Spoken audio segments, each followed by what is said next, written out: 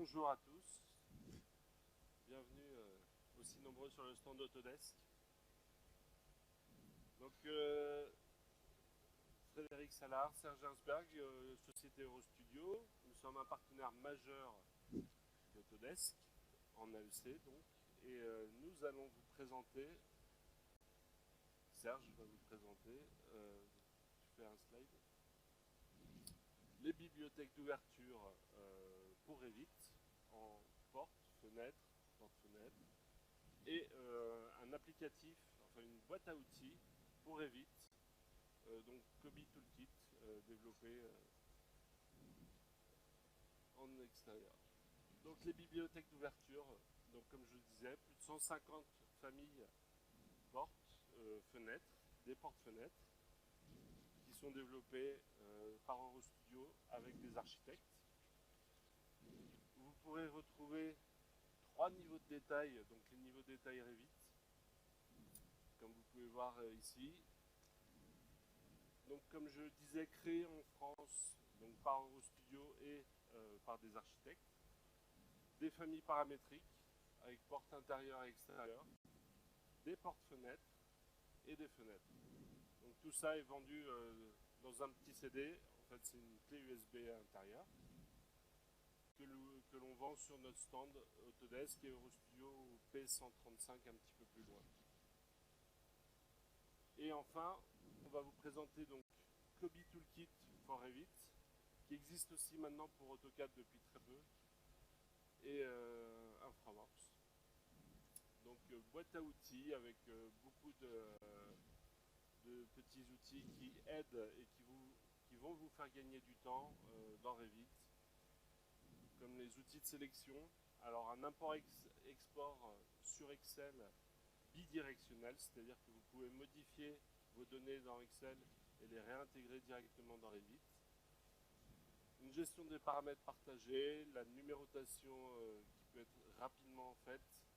Donc tout ça, c'est plein de petits outils qui vont vous faire gagner beaucoup de temps dans Revit. Gestion de la visibilité, alignement des annotations, nettoyage sélectif des projets. Si vous êtes utilisateur Revit, vous verrez qu'effectivement ça peut vous faire gagner beaucoup de temps. C'est en location, c'est pas cher, et donc pour ça vous pourrez venir nous voir après. Je mets tout ça aussi, série d'utilitaires, outils de sélection, import-export, ça j'ai dit tout ça. C'est bon. Voilà, donc ça va être Merci, à moi. Serge. Hop. Alors,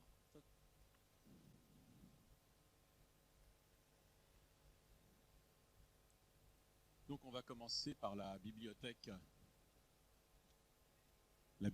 d'ouverture, avec tout un ensemble de bibliothèques, donc plus de 150 ouvertures, portes, portes-fenêtres, fenêtres, avec à chaque fois plusieurs options d'occultation, donc avec volet roulant, volet battant ou volet coulissant, ou aucune occultation, et tout est paramétrable. Ce qui est important, c'est que tous les éléments sont avec 3 niveaux de représentation, aussi bien en plan, en coupe ou en façade. On va le voir ici, en niveau élevé, moyen ou faible. Mais même dans une coupe, ici, vous voyez qu'en niveau élevé, moyen ou faible, 3 niveaux de représentation, et également un niveau de représentation différent, quel que soit l'endroit de la coupe. Ici, vous voyez, on est sur un appui, une allège vitrée.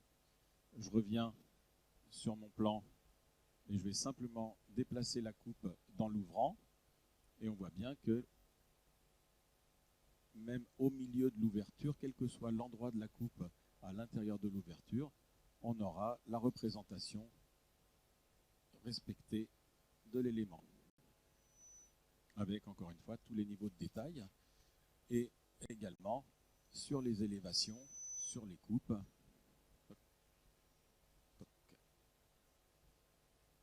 Élévation, avec là, pareil, les niveaux de représentation qui évoluent.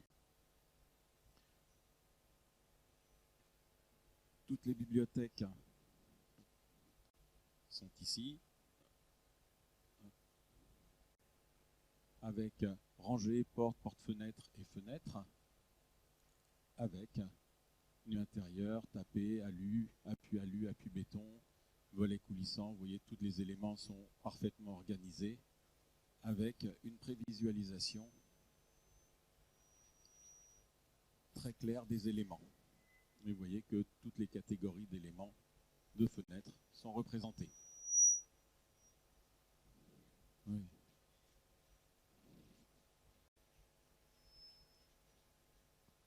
Voilà pour les ouvertures. Ça va m'énerver. Et passons maintenant à Cobie Toolkit.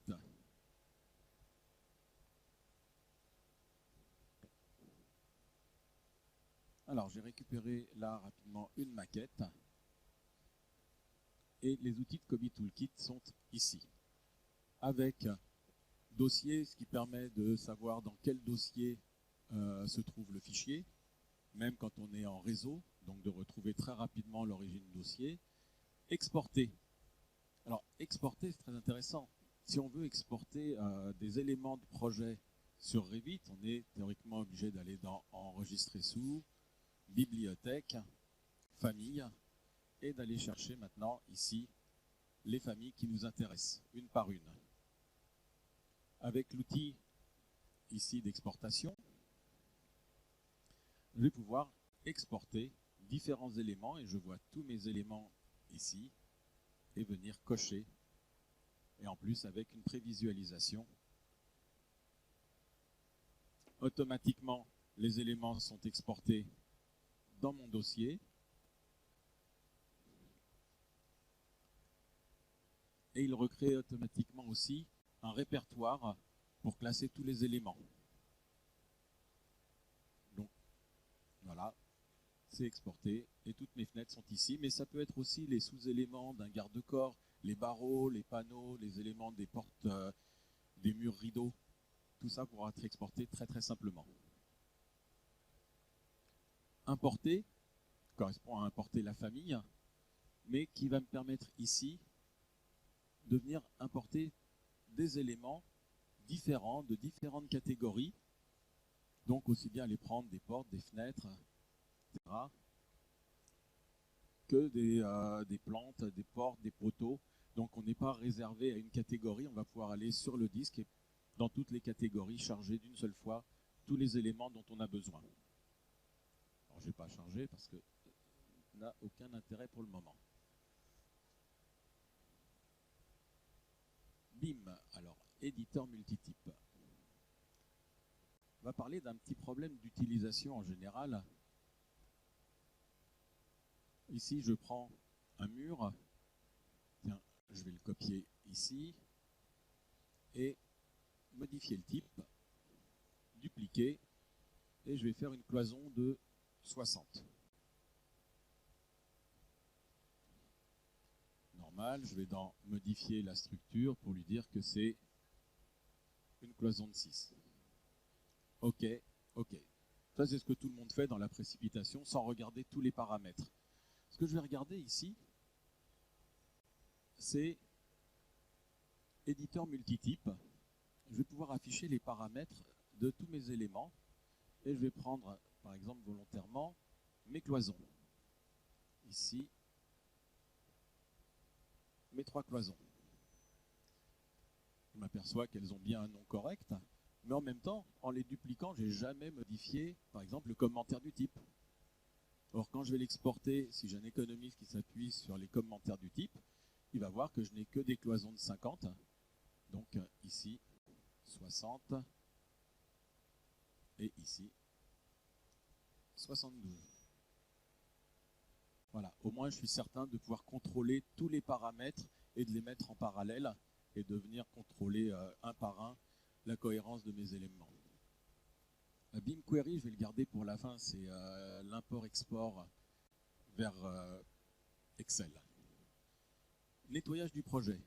Tout le monde connaît la purge dans Excel, comme son nom l'indique, mais ça purge un peu vite. Là, on va pouvoir nettoyer les matériaux, les pièces non placées, très pratique. les surfaces, les vues, les styles de ligne, motifs de ligne, hachurage, etc. Ce qui est très très important, puisque dès que je prends volontairement les styles de ligne et les motifs et les hachurages, dès qu'on récupère des fichiers AutoCAD, on se retrouve avec tous les types de hachurage, tous les types de lignes que l'on n'utilise pas. Donc ça vient un petit peu perturber l'interface. Là, on va pouvoir nettoyer de façon sélective et non pas aller dans purge avec un filtre à faire.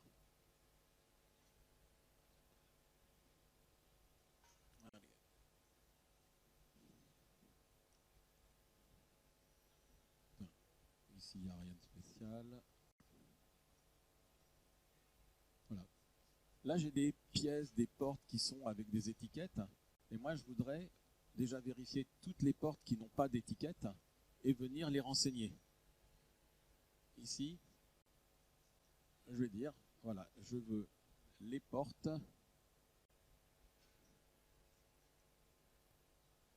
et me les représente.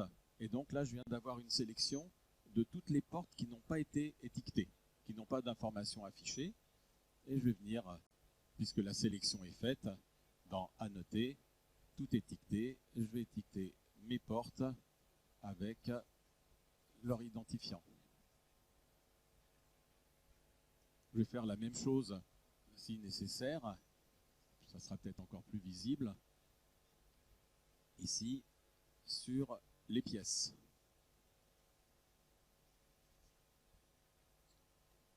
Et de venir donc sur toutes les pièces qui n'ont pas été renseignées, annoter, tout étiqueter et venir étiqueter mes pièces avec l'étiquette que je souhaite. Voilà. Ce qui évite de dire tout étiqueté et de prendre uniquement ceux qui ne sont pas encore affectés d'une information. Alors, nettoyage, c'est fait avec visibilité. Alors, visibilité, ça va être plus pour la structure, mais ici, j'ai des murs avec dedans de la structure, et je vais venir ici demander en visibilité d'afficher la structure qui est à l'intérieur. Donc, très simplement, je le reprends ici, je viens là, je suis en 2D, et je peux demander aussi, donc dans la visibilité, d'avoir une représentation 3D de mes éléments. Donc je vais mettre, en fin de compte, les murs, les sols, toute la structure en transparence pour voir le ferraillage qui est à l'intérieur.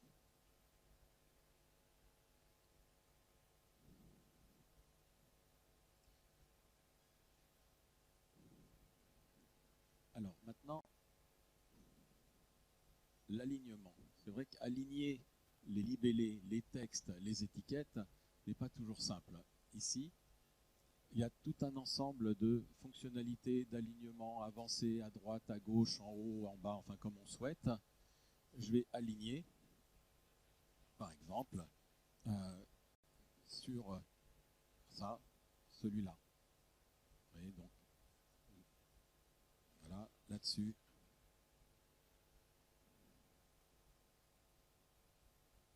Ce que l'on ne peut pas faire habituellement, puisqu'on ne peut pas aligner les textes ou les étiquettes.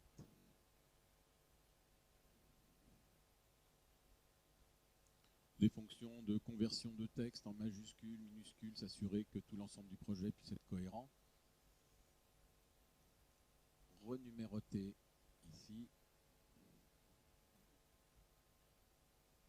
Je vais rapidement mettre à noter, tout étiqueter. Je vais venir étiqueter tous mes parkings. Ah, c'est pas grave, ils sont déjà numérotés. Mais je vais le faire ici, renuméroter des pièces, des identifiants, des quadrillages, donc tout un ensemble d'éléments. Je vais renuméroter par identifiant. Je vais passer en numérique et je vais dire qu'on commence sur allez, à 10.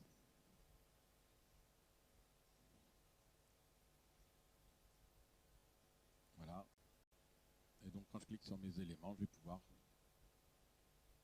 si je prends les bons, renuméroter moi-même, dans le sens que je le souhaite, mes éléments.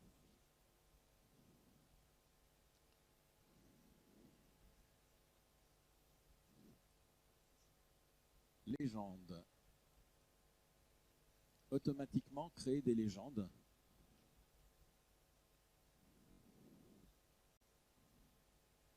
Ici, je vais demander une légende de matériaux ou par catégorie. Je vais commencer par ça en demandant ici les portes.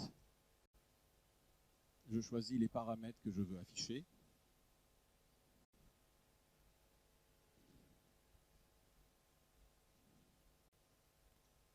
Avec une légende de porte où je vais demander la famille, le type, largeur ainsi que le nombre. Donc on choisit soi-même les éléments et si l'affichage se fait en plan ou en élévation. Ou sur les fenêtres. Donc légende par catégorie. Je vais aller chercher mes fenêtres. OK. Ah, je les ai laissés en plan, j'aurais pu les mettre en élévation.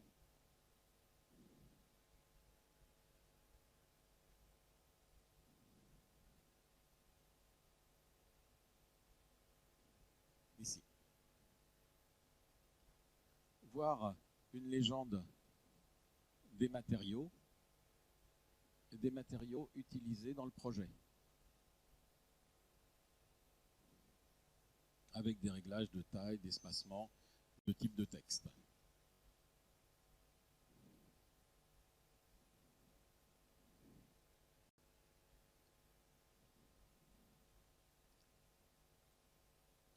Ce qu'on va voir ici, je vais mettre là comme ça et créer des dalles en fonction des pièces. Je vais sélectionner un ensemble de pièces, là, allez, quelques-unes ici. Je vais faire un filtre pour n'afficher que les pièces et créer donc des pièces en fonction des locaux avec le type de dalle que l'on souhaite, le niveau, éventuellement un décalage. Voilà, prendre en compte les portes ou pas, avec une union avec les sols si on le souhaite.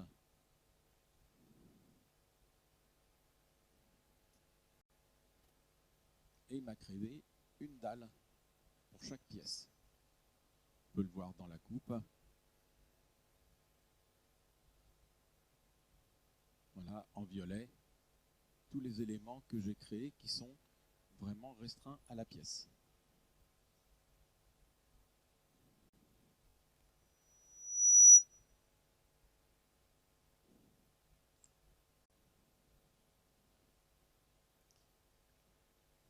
C'est un multi-attachement. Je vais aller dans une coupe assez simple. Et là, vous voyez que, bien sûr, tous mes éléments qui ont été créés n'ont pas été spécialement attachés, qu'on soit en niveau faible ou en niveau élevé. Bon, il y a des intersections partout, des murs qui montent jusqu'au niveau, ce qui est normal, la dalle a été faite après. Et je vais sélectionner tout un ensemble d'éléments. Et ici, multi-attachement, lui demander prioritairement les sols, puis les murs. Voilà, attaché.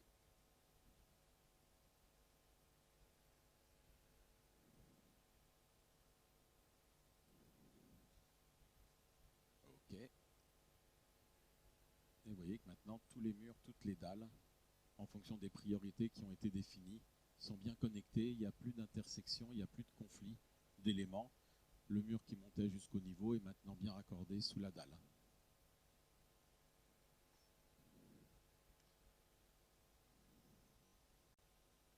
La sélection. Je vais revenir sur un plan de niveau. Ici, et je vais sélectionner tous les éléments qui sont ici. Dans le filtre, habituellement, vous savez, on peut sélectionner les murs, mais on ne peut pas différencier les murs. On peut sélectionner les portes, les fenêtres, mais toujours par catégorie. Je vais utiliser maintenant mon filtre qui est ici. Là, tout est sélectionné. Je peux demander à ne rien sélectionner parce que je ne veux, dans cette sélection, sélectionner que, par exemple, mes cloisons. Et aller précisément choisir les éléments, donc les sous-éléments, les sous-catégories, sans prendre la catégorie complète, mur, porte, fenêtre. Mais il y a une autre sélection ici, qui est une sélection inversée finalement, avec une fenêtre qui reste active, même quand on travaille. Et je vais pouvoir maintenant dire ce que je veux sélectionner. Je veux par exemple sélectionner mes cloisons et venir choisir, par exemple, les portes. Et vous voyez, je viens sélectionner les éléments directement plutôt que de faire un filtre où je sélectionne tout pour retirer ce que je ne souhaite pas avoir dans ma sélection. Là, je viens ajouter progressivement les éléments dont j'ai besoin dans ma sélection.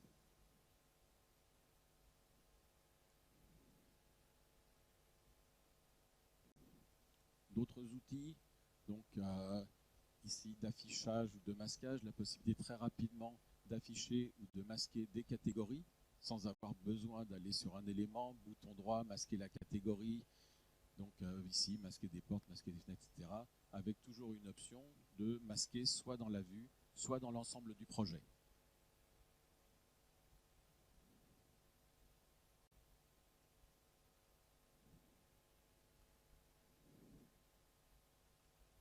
Un outil de gestion des paramètres partagés qui m'affiche ici tous mes paramètres. Je vais pouvoir directement dans cette interface ajouter, supprimer des paramètres.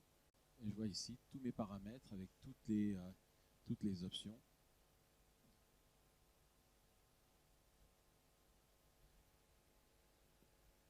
Et j'en ai oublié un qui était important. Ici, mise à jour des familles. Donc, les familles, bien sûr, d'une version à une autre, vous savez qu'il faut les remettre à jour, ou alors à chaque fois, il va nous mettre mise à jour de l'élément. Donc, on va pouvoir mettre à jour automatiquement tout un ensemble de familles dans la version en cours. Donc, passer des familles qui étaient en version 2019 ou antérieure vers la version actuelle. Bien sûr, une conversion qui ne peut être que ascendante. On ne convertit pas dans une version précédente. Voilà un petit tour rapide de Coby Toolkit et des bibliothèques. Je crois que les familles, on peut les faire évoluer carrément dans un dossier. En sélectionnant un dossier, on peut faire évoluer tout le dossier de famille d'une version à l'autre. Oui. On parle de prix un petit peu. On parle de prix, tu as une représentation. Coby, on a des plaquettes de présentation de Coby. Le coût de Coby est de 185 € la licence par an. Donc pour une personne, 185 € à l'année. Si vous avez 10 utilisateurs dans l'agence, on passe à 850 € l'année pour 10 personnes. Et les grosses agences donc de 50 personnes, on est à 2150 € par an. Ici, vous trouverez le petit CD, enfin la boîte de rangement de la clé USB. Vous avez une petite clé USB qui contient les familles Eurostudio. Et donc, elles sont en vente sur notre site. Donc, on est juste derrière ici. Ou alors, on a un stand un petit peu plus loin en P135. Le coût, alors il y a une offre spéciale pour Batimat. On est à 200 € la boîte de famille pour une personne. Si vous êtes 3 dans l'agence, on va passer à 450 €. Et plus de 3 jusqu'à 10 personnes, on va dire. On est à 900 € pour la clé USB avec l'ensemble des familles qui vous sont vendues. Si vous avez des questions, n'hésitez pas à nous voir. On pourra vous représenter plus en détail les familles, Coby Toolkit, encore une fois sur notre stand juste à côté. Merci pour votre attention. Merci.